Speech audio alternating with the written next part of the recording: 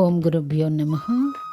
భగవద్గీతలోని 2వ అధ్యాయంలోని 13వ శ్లోకం.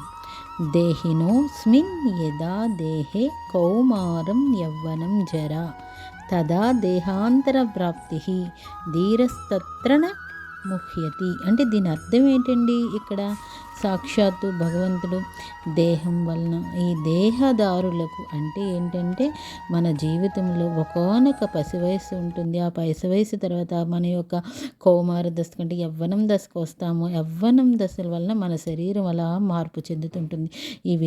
ఈ శరీర స్థితులను మారుతూ ఉంటుంది. ఒక రూపం మనం దర్చుకుంటూ వస్తాం. ఒక ముసలితనానికి వచ్చేళ్ళడికి యవ్వనంలో మన జీవితం ఎంత అందంగా ఉందా అని ఊహించుకుంటాం. అలా బాల్యంలోని యవ్వనంలోని జరిగిన విషయాలన్నిటినీ కూడా దశల వారీగా మనకు అలా గుర్తు వచ్చినప్పుడు కొన్ని జ్ఞాపకాలు మనసులో గుర్తుండిపోతాయి. అలాగే దేహంలో ఉన్న ఈ దేహి అంటే ఈ దేహం యొక్క మరణంతో అది యొక్క దేహాన్ని మనం విడిచిపెట్టేటప్పుడు అంటున్నాడు. అంటే మనలోని యొక్క సంస్కారాలు వాసనలు అంటే మనలోని పాపపుణ్యాల యొక్క అనుభవాల యొక్క వాసన వలన మనం ఏం చేస్తారంటే ఈ సంస్కారాలు బాల్యంలోని రూపం పోయి యవ్వనంలోకి ఇంకో రూపం వస్తాం. ఆ యవ్వన రూపం పోయి ముసలితనం వస్తుంది. అలాగే మరణం వల్ల ఈ దేహం పోయిన తర్వాత వేరే దేహం వస్తుంది అంటున్నాడు.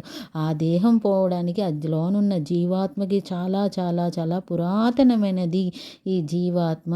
మన శరీరం పడిపోతుంది కానీ ఆత్మకి చావు లేదు. అలాంటి చచ్చిపోతాను 7 నిమిషంలో ఏమైపోతాము అన్న దానికి ఎందుకు అంత బాధపడతావు అని మనకు చెప్తున్నాడు అనమాట. వేరే జన్మ ఎత్తుకున్నప్పుడు మన ఈ జీవితంలో చేసిన సంస్కారాలన్నింటినీ మోసుకొని మరో దేహాన్ని పొందుతాం. అలాంటి దేహాంతర స్థితి బాల్యము యవ్వనం వృద్ధాప్యం వంటి దేహస్థితుల్లో ఎంత సహజమో ఈ శరీరాన్ని పొందడం కోటే వేరే శరీరాన్ని పొందడం కూడా అంత సహజమే అని ఆ ఆత్మసత్యాన్ని గురించి మనం తెలుసుకొని ఆ మోహాన్ని వదులు అని భగవంతుడు ఒకానొక జ్ఞాని చావుకు ఎప్పుడు ఏడవడు.